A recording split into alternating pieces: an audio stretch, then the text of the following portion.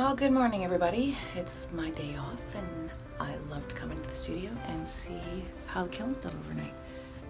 Games board workshop on the weekend. Those are all waiting to be fired. Alright, let's see what we got.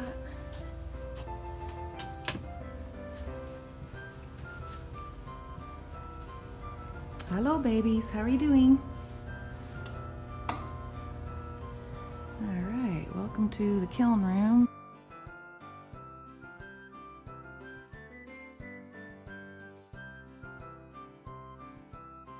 I do take my hat off when I come in on my days off.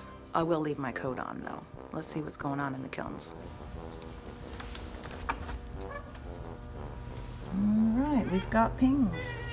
Or more correctly, we've got game pieces. These are the game pieces for the checker and backgammon games table. Good job. Everything's nice and round. Squares have turned into circles. Even our highly resistant white looks good.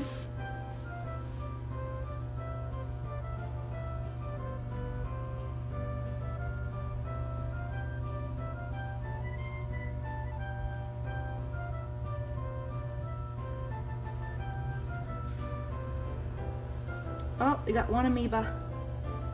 Siamese twins. Or a snowman. When I'm doing pings, especially large ones in the kiln, it's important to go slightly hotter than usual to force those squares to really pull into circles. So I take my kiln to 1445 for 15 minutes to make those babies nice and round. So this was Louise's program for a full fire of pings. Slower than it needs to be, but saves me from changing other than the top temperature when I go back and forth.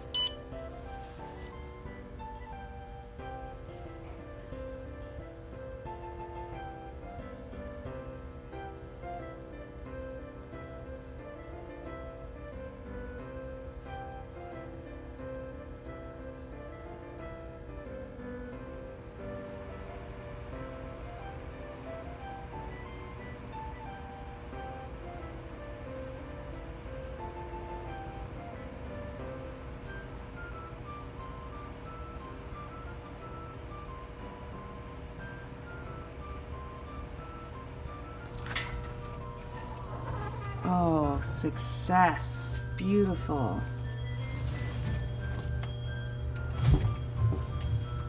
Well, this is the first round of games tables fired. Beautifully smooth, beautifully smooth.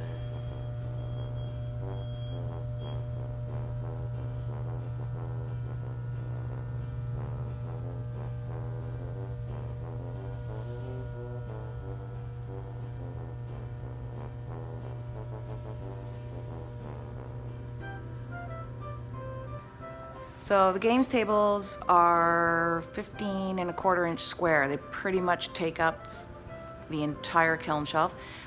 Thankfully, they do fit in with just the slightest margin in between them to keep them from sticking together.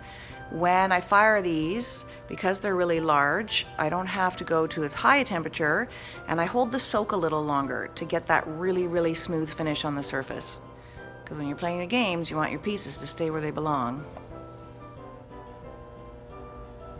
So oftentimes when I'm running my standard programs, instead of writing whole new programs, I simply change the segment that needs to be changed.